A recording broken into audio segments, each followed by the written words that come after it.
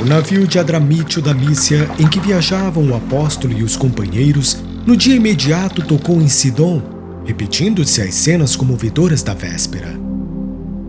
Júlio permitiu que o ex-rabino fosse ter com os amigos na praia, verificando-se as despedidas entre exortações de esperanças e muitas lágrimas. Paulo de Tarso ganhou ascendência moral sobre o comandante, marinheiros e guardas. Sua palavra vibrante conquistara as atenções gerais. Falava de Jesus não como de uma personalidade inatingível, mas como de um mestre amoroso e amigo das criaturas, a seguir de perto a evolução e redenção da humanidade terrena desde os seus primórdios. Todos desejavam ouvir-lhe os conceitos relativamente ao Evangelho e quanto à sua projeção no futuro dos povos. A embarcação frequentemente deixava de visar paisagens gratíssimas ao olhar do apóstolo. Depois de costear a Fenícia, surgiram os contornos da ilha de Chipre, de cariciosas recordações. Nas proximidades de Panfilha, exultou de íntima alegria pelo dever cumprido e assim chegou ao porto de Mirra, na Lícia. Foi aí que Júlio resolveu tomar passagem com os companheiros numa embarcação alexandrina que se dirigia para a Itália. Desse modo, a viagem continuou, mas com perspectivas desfavoráveis. O navio levava excesso de carga. Além de grande quantidade de trigo, tinha a bordo 276 pessoas. Aproximava-se o período difícil para os trabalhos de navegação. Os ventos sopravam de rijo, contrariando a rota. Depois de longos dias, ainda vogavam na região do Quinido. Vencendo dificuldades extremas, conseguiram tocar em alguns pontos de Creta. Observando os obstáculos da jornada e obedecendo à própria intuição, o apóstolo, confiado na amizade de Júlio, chamou-o em particular e sugeriu passar o inverno em Calói-Limenes. O chefe da corte tomou o alvitre em consideração e apresentou-o ao comandante e ao piloto, os quais o houveram por descabível. O que significa isso, centurião? Dar crédito a esses prisioneiros? Pois estou a ver que se trata de algum plano de fuga, maquinado com sutileza e prudência. Mas, seja como for, o alvitre é inaceitável. Não só pela confiança que devemos ter em nossos recursos profissionais, como porque precisamos atingir o porto de Fênix para o repouso necessário. O centurião desculpou-se como pôde, retirando-se um tanto vexado. Desejaria protestar, esclarecendo que Paulo de Tarso não era um simples réu comum, que não falava por si só, mas também por Lucas, que igualmente fora marítimo dos mais competentes. Não lhe convinha, porém, comprometer sua brilhante situação militar e política em antagonismo com as autoridades provincianas. Era melhor não insistir, sob pena de ser mal compreendido pelos homens de sua classe. Procurou o apóstolo e fê-lo sabedor da resposta. Paulo, longe de magoar-se, murmurou calmamente: Não nos entristeçamos por isso. Estou certo de que os óbices hão de ser muito maiores do que possamos suspeitar. Haveremos, porém, de lograr algum proveito, porque nas horas angustiosas recordaremos o poder de Jesus que nos avisou a tempo. A viagem continuou entre receios e esperanças. O próprio centurião estava agora convencido da inoportunidade da arribada em Calói-Limenes, porque nos 2 dias que se seguiram ao conselho do apóstolo, as condições atmosféricas melhoraram bastante. Logo, porém, que se fizeram ao alto mar rumo a Fênix, um furacão imprevisto caiu de súbito.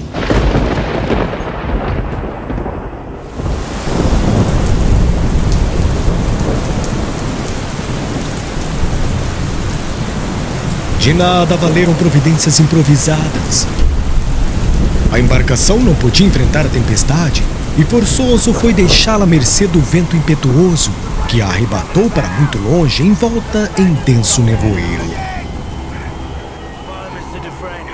Começaram então padecimentos angustiosos para aquelas criaturas insuladas no abismo revolto das ondas encapeladas.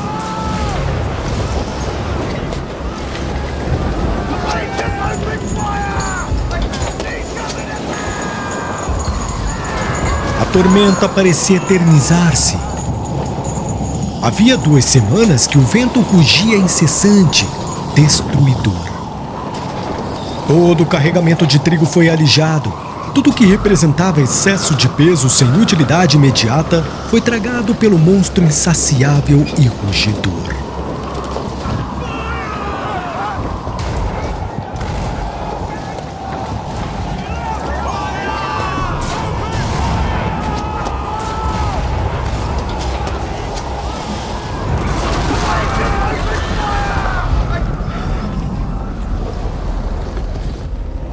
A figura de Paulo foi encarada com veneração. A tripulação do navio não podia esquecer o seu alvitre. O piloto e o comandante estavam confundidos e o prisioneiro tornava-se alvo de respeito e consideração unânimes. O centurião, principalmente, permanecia constantemente junto dele, crente de que o ex-rabino dispunha de poderes sobrenaturais e salvadores. O abatimento moral e o enjoo espalharam o desânimo e o terror. O apóstolo generoso, no entanto, acudia a todos um por um, obrigando-os a se alimentarem e confortando-os moralmente. De quando em quando, soltava o verbo eloquente e, com a devida permissão de Júlio, falava aos companheiros da hora amarga, procurando identificar as questões espirituais com o espetáculo convulsivo da natureza. Irmãos, dizia em voz alta para a assembleia estranha que o ouvia transida de angústia. creio que tocaremos em breve a terra firme. Entretanto, assumamos o compromisso de jamais olvidar a lição terrível desta hora. Procuraremos caminhar no mundo qual marinheiro vigilante que, ignorando o momento da tempestade, guarda certeza da sua vinda. A passagem da existência humana para a vida espiritual assemelha-se a um instante amarguroso que estamos vivendo neste barco há muitos dias. Não ignorais que fomos avisados de todos os perigos no último porto que nos convidara a estagiar, livres de acidentes destruidores. Buscamos o alto mar de própria conta. Também o Cristo Jesus nos concede os celestes avisos no seu evangelho de luz, mas frequentemente optamos pelo abismo das experiências dolorosas e trágicas. A ilusão, como o vento sul, parece desmentir as advertências do Salvador, e nós continuamos pelo caminho da nossa imaginação viciada. Entretanto, a tempestade chega de repente. É preciso passar de uma vida para outra a fim de retificarmos o rumo iniludível. Começamos por alijar o carregamento pesado dos nossos enganos cruéis. Abandonamos os caprichos criminosos para aceitar plenamente a vontade augusta de Deus. Reconhecemos nossa insignificância e miséria. Alcança-nos um tédio imenso dos erros que nos alimentavam o coração, tal como sentimos o nada que representamos neste arcabouço de madeiras frágeis, flutuante no abismo, tomados de singular enjoo que nos provoca náuseas extremas. O fim da existência humana é sempre uma tormenta como esta, nas regiões desconhecidas do mundo interior, porque nunca estamos apercebidos para ouvir as advertências divinas e procuramos a tempestade angustiosa e destruidora pelo roteiro de nossa própria autoria.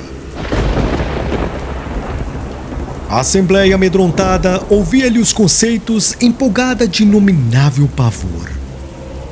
Observando que todos se abraçavam, confraternizando-se na angústia comum, continuava.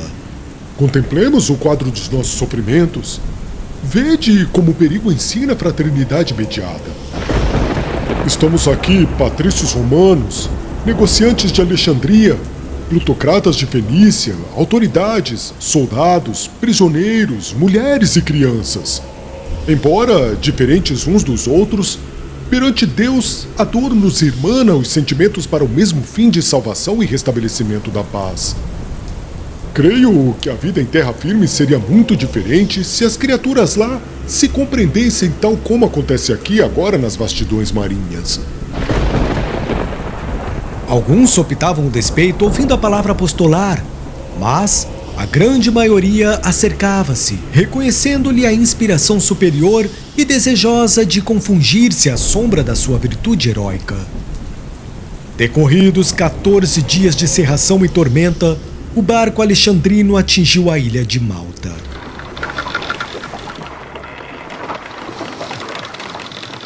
Enorme geral alegria, mas o comandante, ao ver afastado o perigo e sentindo-se humilhado com a atitude do apóstolo durante a viagem, sugeriu a 2 soldados o assassínio dos prisioneiros de Cesareia antes que pudessem evadir-se. Os prepostos do centurião assumiram a paternidade desse alvitre, mas Júlio se opôs terminantemente, deixando perceber a transformação espiritual que o felicitava agora à luz do Evangelho Redentor. Os presos que sabiam nadar atiraram-se à água corajosamente. Os demais agarravam-se aos botes improvisados buscando a praia. Os naturais da ilha, bem como os poucos romanos que lá residiam a serviço da administração, acolheram os náufragos com simpatia, mas por numerosos não havia acomodação para todos. Frio intenso enregelava os mais resistentes. Paulo, todavia, dando mostras do seu valor e experiência no afrontar intempéries, tratou de dar o exemplo aos mais abatidos para que se fizesse fogo sem demora. Grandes fogueiras foram acesas rapidamente para aquecimento dos desabrigados, mas quando o apóstolo atirava um feixe de ramos secos à labareda crepitante, uma víbora cravou-lhe na mão os dentes venenosos.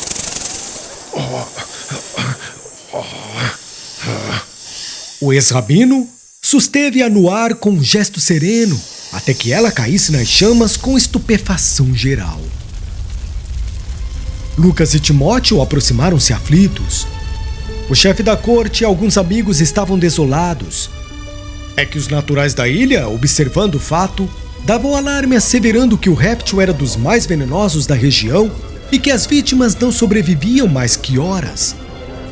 Os indígenas, impressionados, afastavam-se discretamente.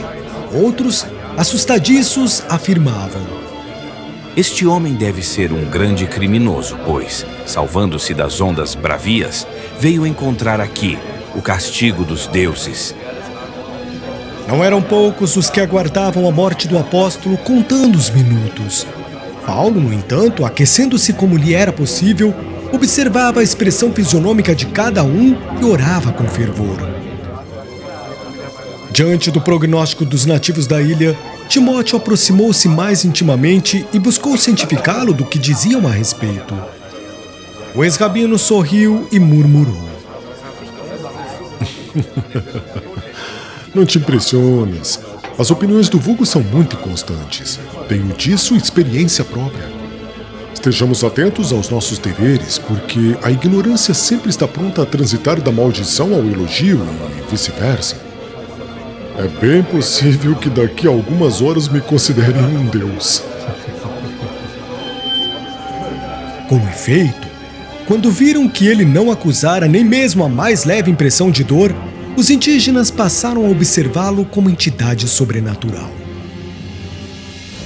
Já que se mantivera indene ao veneno da víbora, não poderia ser um homem comum. Antes, algum enviado do Olimpo a que todos deveriam obedecer. A esse tempo, o mais alto funcionário de Malta, Públio Apiano, chegara ao local e ordenava as primeiras providências para socorrer os náufragos, sendo eles conduzidos a vastos galpões desabitados próximos de sua residência, lá recebendo caldos quentes, remédio e roupas. O preposto imperial reservou os melhores cômodos da própria moradia para o comandante do navio e o centurião Júlio, atento ao prestígio dos respectivos cargos até que pudessem obter novas acomodações na ilha.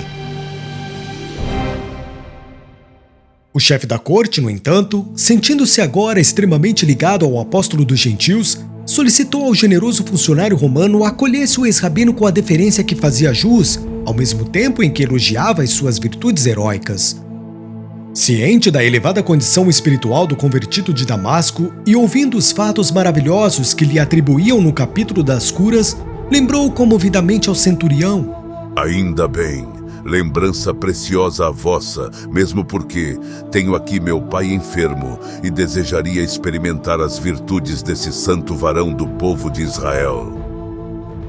Convidado por Júlio, Paulo aqueceu desassombrado e assim compareceu em casa de Públio.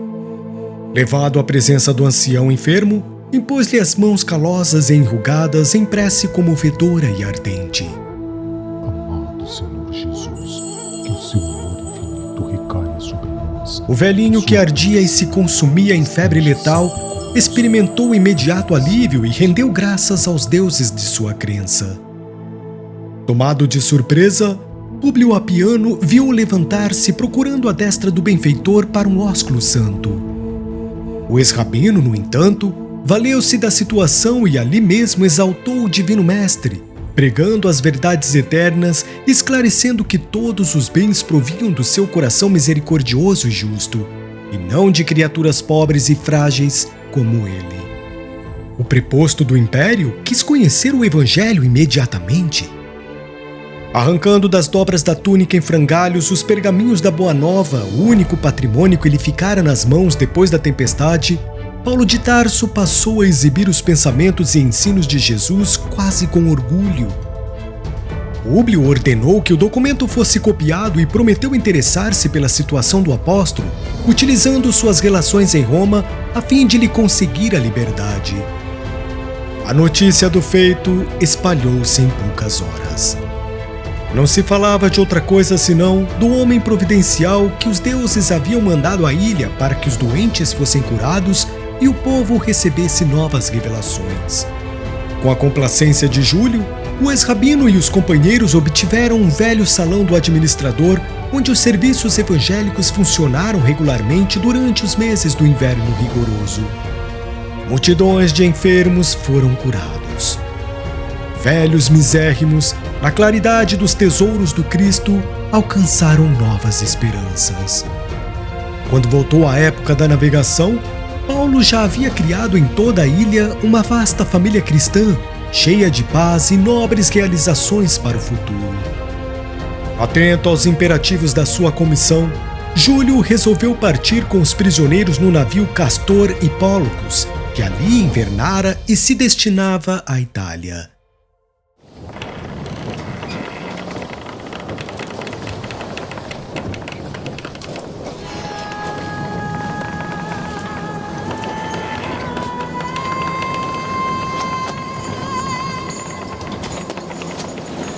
No dia do embarque, o apóstolo teve a consolação de aferir o interesse afetuoso dos novos amigos do Evangelho, recebendo, sensibilizado, manifestações de fraternal carinho.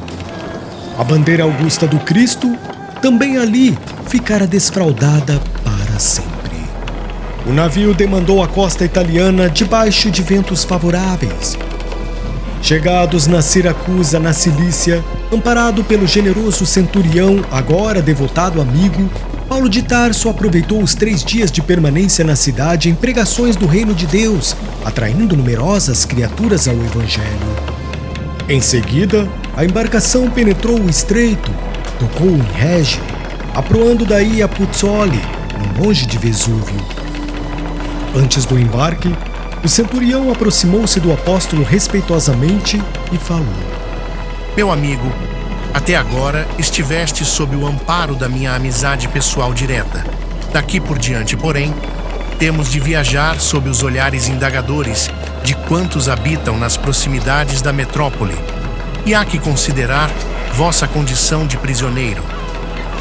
Notando-lhe o natural constrangimento, mescla de humildade e respeito, Paulo exclamou: Ora esta, Júlio, não te incomodes. Sei que tens necessidade de algemar meus pulsos para a exata execução de teus deveres. Apressa-te a fazê-lo, pois não me seria lícito comprometer uma afeição tão pura qual a nossa. O chefe da corte tinha os olhos molhados, mas retirando as algemas da pequena bolsa, acentuou: Disputo a alegria de ficar convosco. Quisera ser como vós, um prisioneiro do Cristo. Paulo estendeu a mão extremamente comovido, permanecendo ligado ao centurião sob o olhar carinhoso dos 3 companheiros.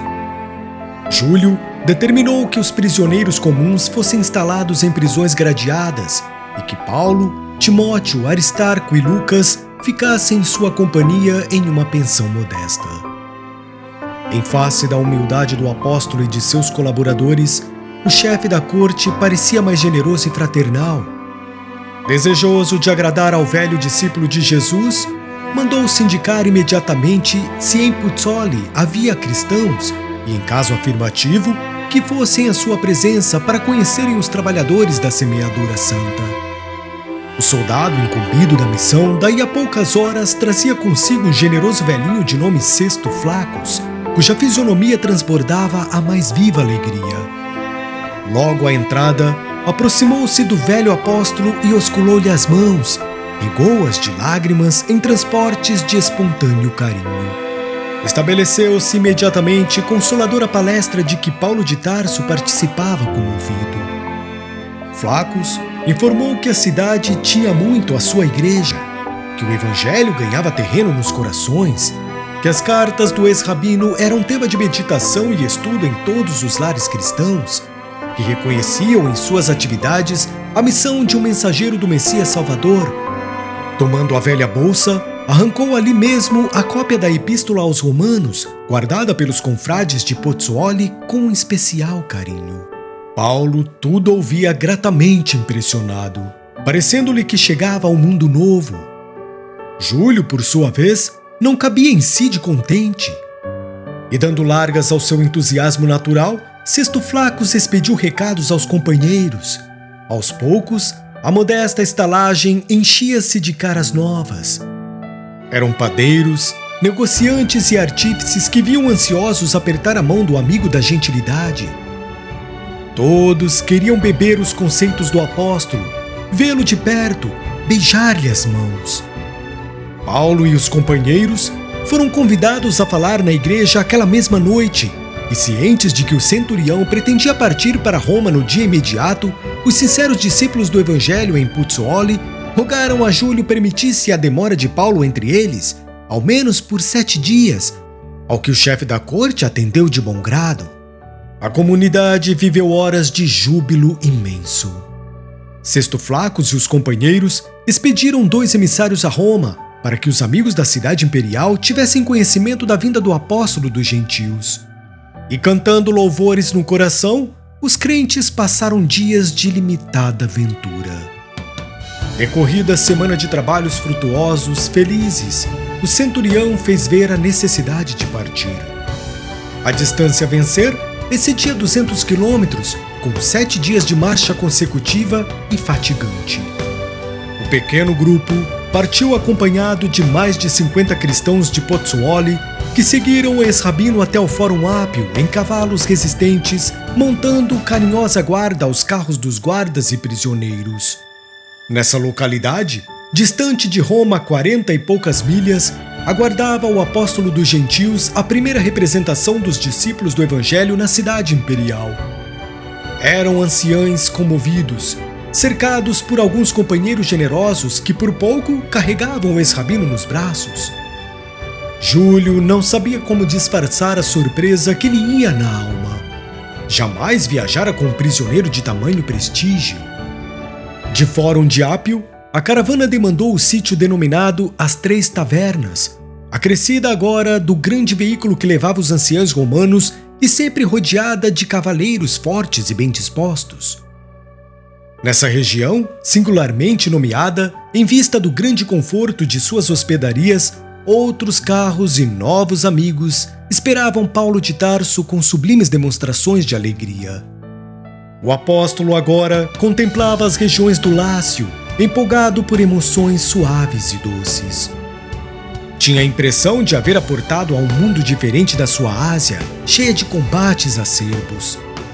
Com permissão de Júlio, a figura mais representativa dos anciões romanos tomara assento junto de Paulo naquele jubiloso fim de viagem.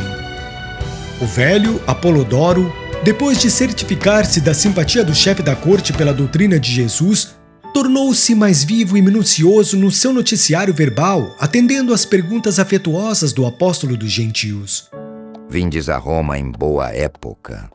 Temos a impressão de que nossos sofrimentos por Jesus vão ser multiplicados.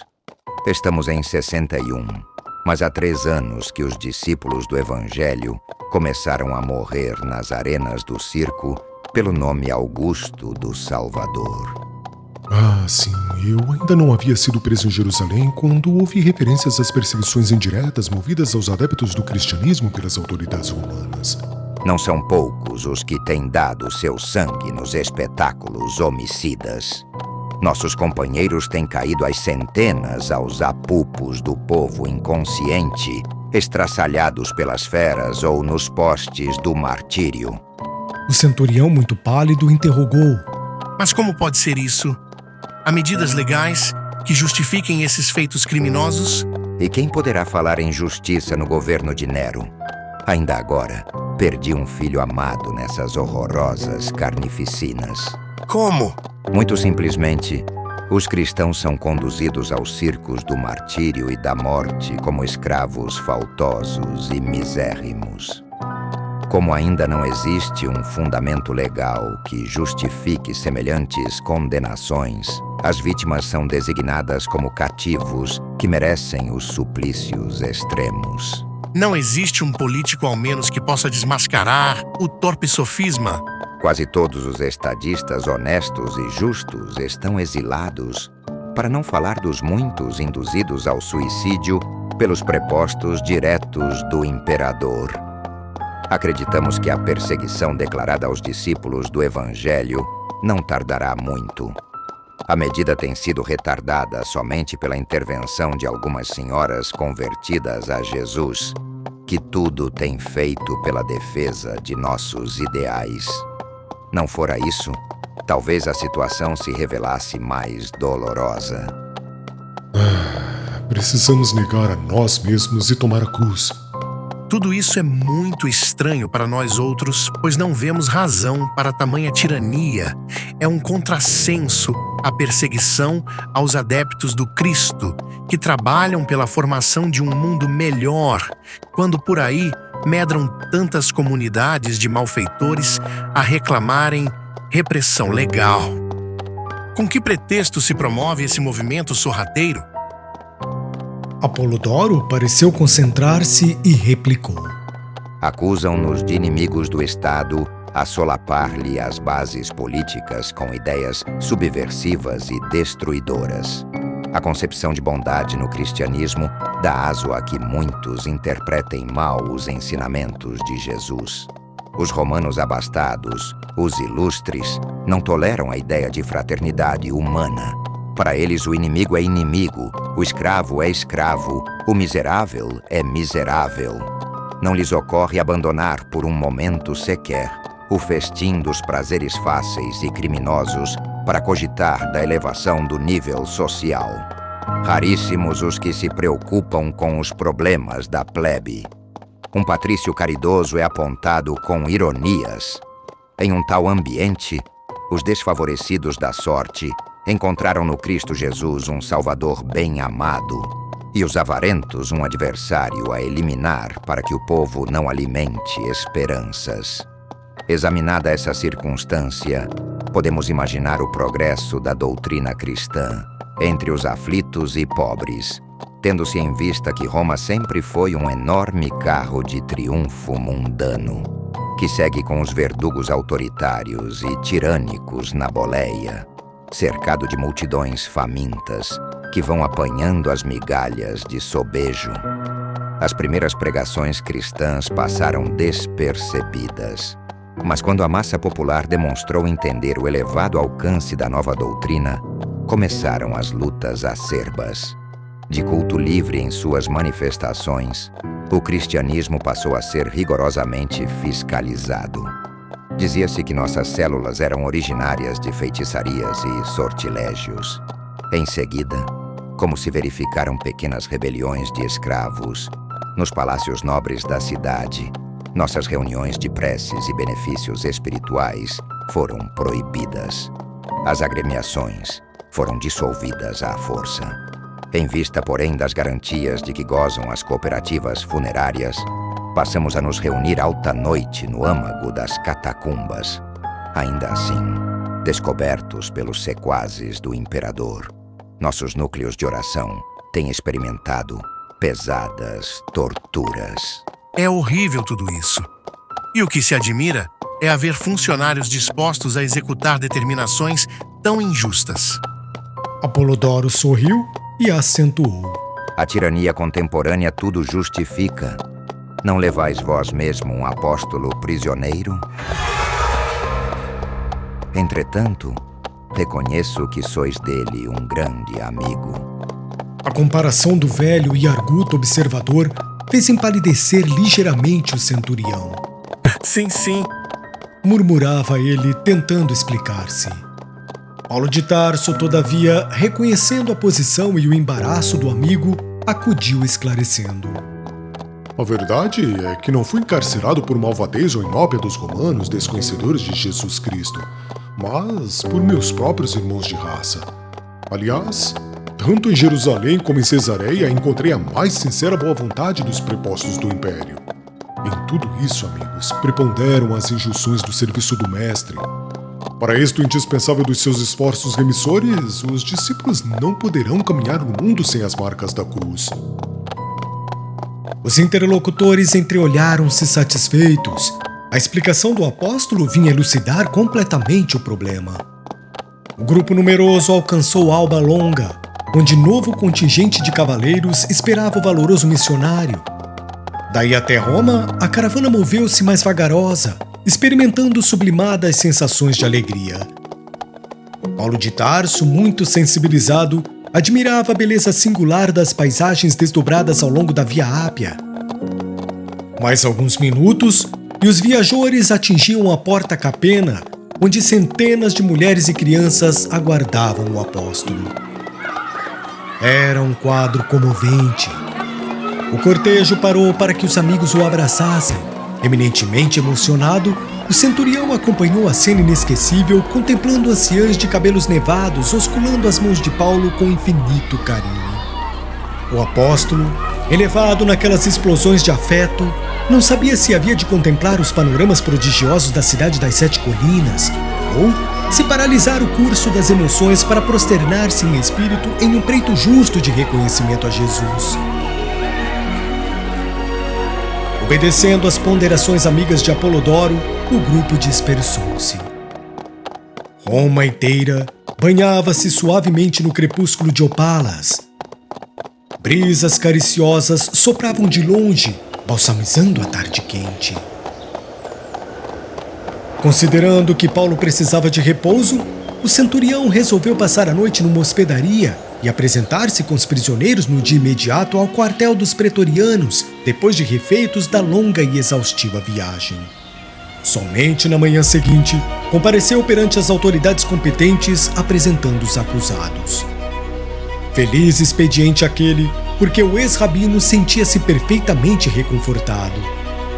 Na véspera, Lucas, Timóteo e Aristarco separaram-se dele a fim de se instalarem na companhia dos irmãos de Ideal até poderem fixar a sua posição. O centurião da Cesareia encontrou no quartel da Via Nomentana altos funcionários que podiam perfeitamente atendê-lo com referência ao assunto que o trazia à capital do Império. Mas fez questão de esperar o general Burrus, amigo pessoal do imperador e conhecido por suas tradições de honestidade, no intuito de esclarecer o caso do apóstolo. O general o atendeu com presteza e solicitude e ficou suficientemente informado da causa do ex-rabino, tanto quanto dos seus antecedentes pessoais e das lutas e sacrifícios que vinha amargurando. Prometeu estudar o caso com maior interesse, depois de guardar solícitos pergaminhos remetidos pela justiça de Cesareia. Na presença do apóstolo, afirmou ao centurião que, caso os documentos provassem a cidadania romana do acusado, ele poderia gozar das vantagens da custódia libera, passando a viver fora do cárcere, apenas acompanhado por um guarda, até que a magnanimidade de César decidisse o seu recurso. Paulo foi recolhido à prisão com os demais companheiros como medida preliminar ao exame da documentação trazida. Júlio despediu-se comovido. Os guardas abraçaram o ex-rabino contristados e respeitosos. Os altos funcionários do quartel acompanharam a cena com indisfarçável surpresa. Prisioneiro algum ali havia entrado até então com tamanhas manifestações de carinho e apreço. Depois de uma semana em que lhe fora permitido o contato permanente com Lucas, Aristarco e Timóteo, o apóstolo recebia a ordem para fixar residência nas proximidades da prisão, privilégio conferido pelos seus títulos, embora obrigado a permanecer sob as vistas de um guarda policial até que o seu recurso fosse definitivamente julgado. Auxiliado pelos confrades da cidade, Lucas alugou um aposento humilde na Via Nomentana. Para lá, se transferindo o valoroso pregador do Evangelho, cheio de coragem e confiança em Deus. Longe de esmorecer diante dos obstáculos, Paulo continuou redigindo epístolas consoladoras e sábias às comunidades distantes. No segundo dia de sua nova instalação, recomendou aos 3 companheiros procurassem trabalho para não serem pesados aos irmãos, explicando que ele, Paulo, viveria do pão dos encarcerados, como era justo, até que César pudesse atender ao seu apelo. Assim o fez. De fato, e diariamente lá se ia às grades do calabouço, onde tomava sua ração alimentar.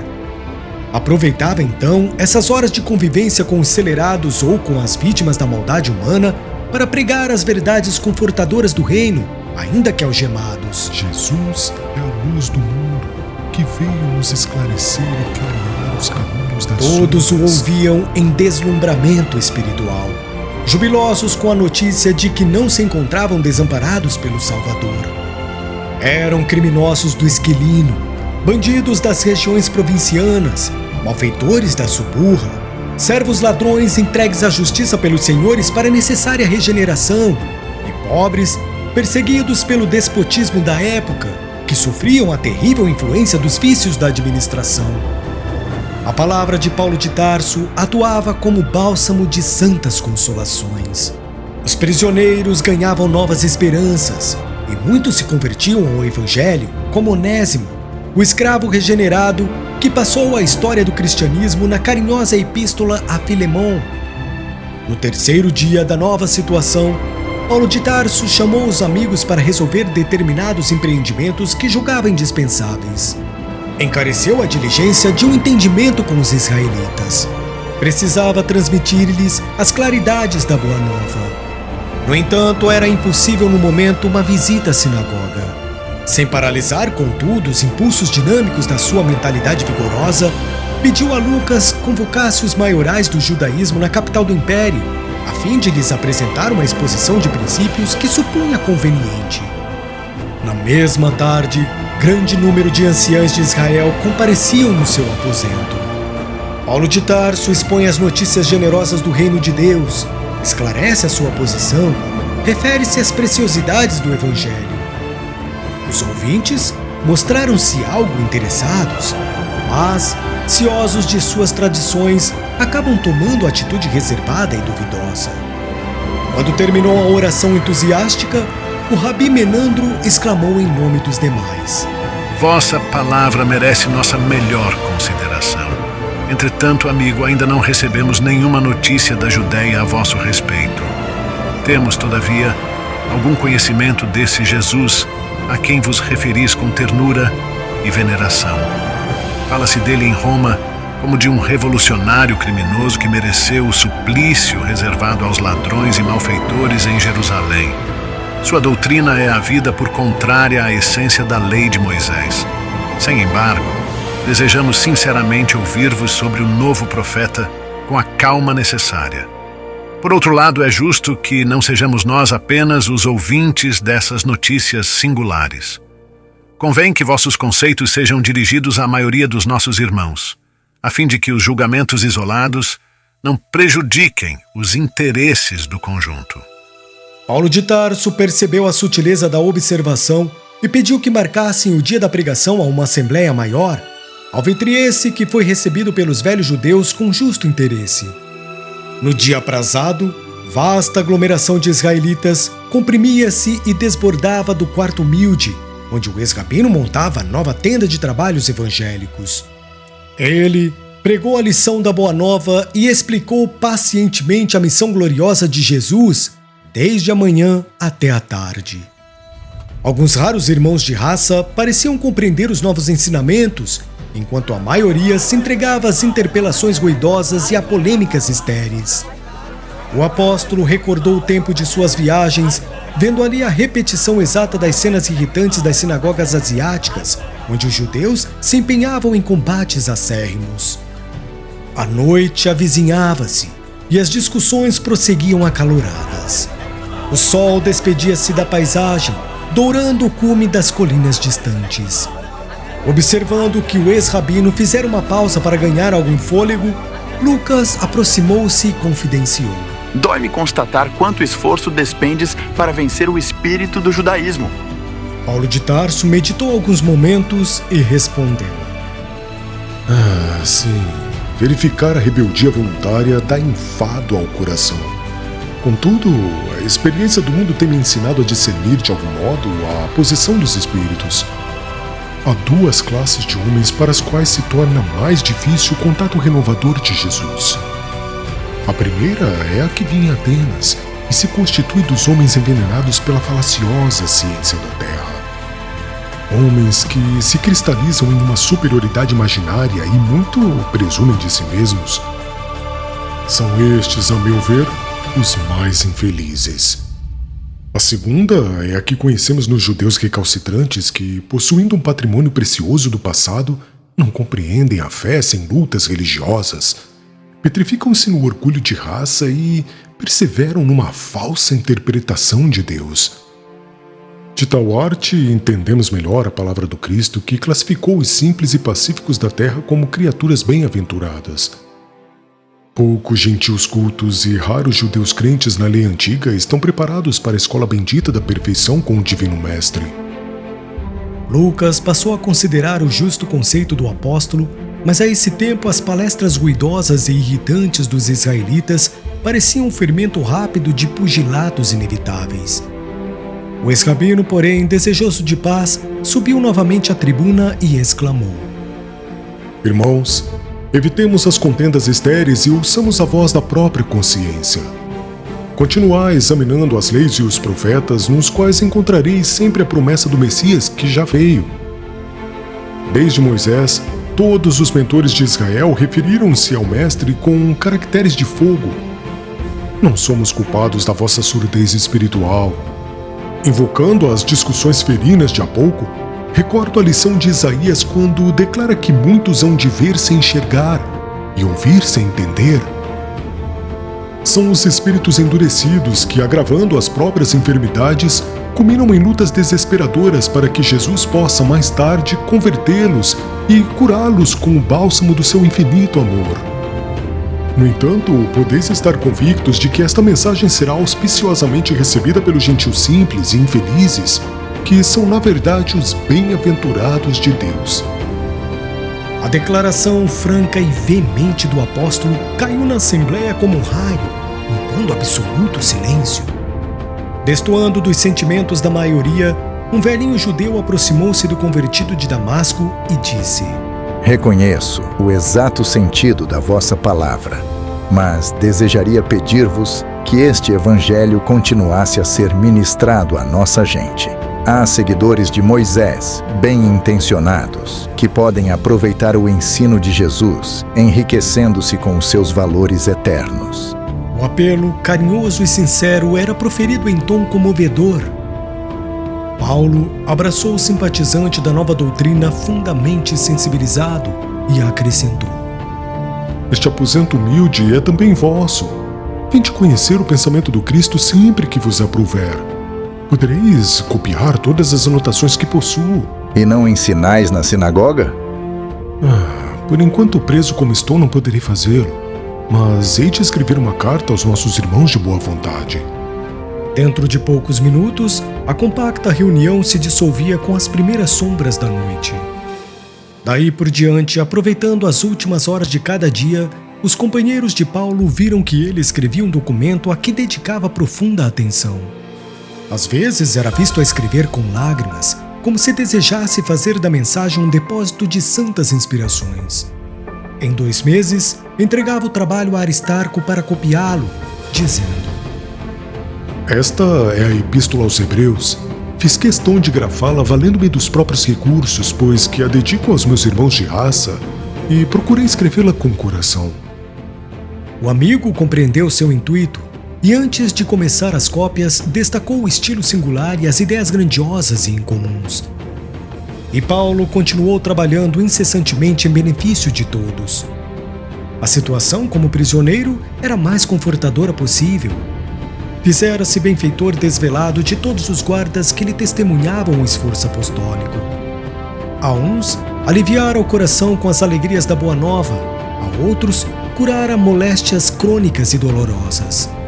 Frequentemente, o benefício não se restringia ao interessado, porque os legionários romanos lhe traziam os parentes, os afeiçoados e os amigos para se beneficiarem ao contato daquele homem dedicado aos interesses de Deus. Logo ao 3º dia, deixou de ser algemado, porque os soldados dispensavam a formalidade, apenas guardando-lhe a porta como simples amigos.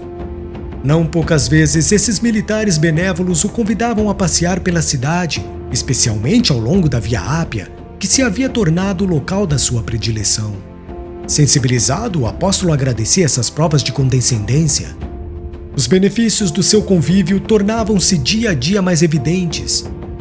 Impressionados com a sua palestra educativa e com suas maneiras atenciosas, muitos legionários, antes relapsos e negligentes, transformavam-se em elementos úteis à administração e à sociedade. Os guardas começaram a disputar o serviço de sentinela ao seu aposento, e isso lhe valia pelo melhor atestado de valor espiritual. Visitado incessantemente por irmãos e emissários das suas igrejas queridas da Macedônia e da Ásia, prosseguia desdobrando energias na tarefa de amorosa assistência aos amigos e colaboradores distantes, mediante cartas inspiradíssimas. Havia quase 2 anos que o seu recurso a César jazia esquecido nas mesas dos juízes displicentes, quando sobreveio um acontecimento de magra importância. Certo dia, um legionário amigo levou ao convertido de Damasco um homem de feições másculas e enérgicas, aparentando 40 anos mais ou menos. Tratava-se de Acácio Domício, personalidade de grande influência política e que de algum tempo tinha cegado em misteriosas circunstâncias. Paulo de Tarso o acolheu com bondade e, depois de impor-lhe as mãos, esclarecendo-o sobre o que Jesus desejava de quantos lhe aproveitavam a munificência, exclamou comovidamente: Irmão, agora convido-te a ver em nome do Senhor Jesus. Vejo, estou vendo, enxergo agora! Gritou o romano, tomado de júbilo infinito, e logo, em um movimento instintivo, ajoelhou-se em pranto e murmurou: Vosso Deus é verdadeiro! Profundamente reconhecido a Jesus, o apóstolo deu-lhe o braço para que se levantasse, e ali mesmo, Domício procurou conhecer o conteúdo espiritual da nova doutrina, a fim de reformar-se e mudar de vida. Solícito, anotou logo as informações relativas ao processo do ex-rabino, acentuando ao despedir-se: Quanto à vossa situação, não duvideis do desfecho merecido, porque na próxima semana teremos resolvido o processo com a absolvição de César. De fato, decorrido 4 dias, o velho servidor do Evangelho foi chamado a depor. De conformidade com as ordens legais, compareceu sozinho perante os juízes, respondendo com admirável presença de espírito às menores arguições que lhe foram desfechadas. Os magistrados patrícios verificaram a inconsistência do libelo, a infantilidade dos argumentos apresentados pelo Sinédrio, e não só atendendo à situação política de Acácio, que empenhara no feito os bons ofícios de que podia dispor, como pela profunda simpatia que a figura do apóstolo despertava, instruíram o processo com os mais nobres pareceres, restituindo-o por intermédio de Domício para o veredito do imperador. O generoso amigo de Paulo regozijou-se com a vitória inicial, convencido da próxima liberdade do seu benfeitor. Sem perda de tempo, mobilizou as melhores amizades, entre as quais contava Popéia Sabina, conseguindo afinal a absolvição imperial. Paulo de Tarso recebeu a notícia com votos de reconhecimento a Jesus. Mais que ele próprio, rejubilavam-se os amigos que celebravam o acontecimento com expansões memoráveis. O convertido de Damasco, entretanto, não viu nisso tão só um motivo para regozijo pessoal, mas a obrigação de intensificar a difusão do Evangelho de Jesus. Durante um mês, no princípio do ano 63, visitou as comunidades cristãs de todos os bairros da capital do Império. Sua presença era disputada por todos os círculos que o recebiam entre carinhosas manifestações de respeito e de amor pela sua autoridade moral. Organizando planos de serviço para todas as igrejas domésticas que funcionavam na cidade e depois de inúmeras prédicas gerais nas catacumbas silenciosas, o incansável trabalhador resolveu partir para a Espanha. Debalde intervieram os colaboradores rogando-lhe que desistisse. Nada o demoveu. Já muito alimentava o desejo de visitar o extremo do Ocidente e, se fosse possível, desejaria morrer convicto de haver levado o Evangelho aos confins do mundo.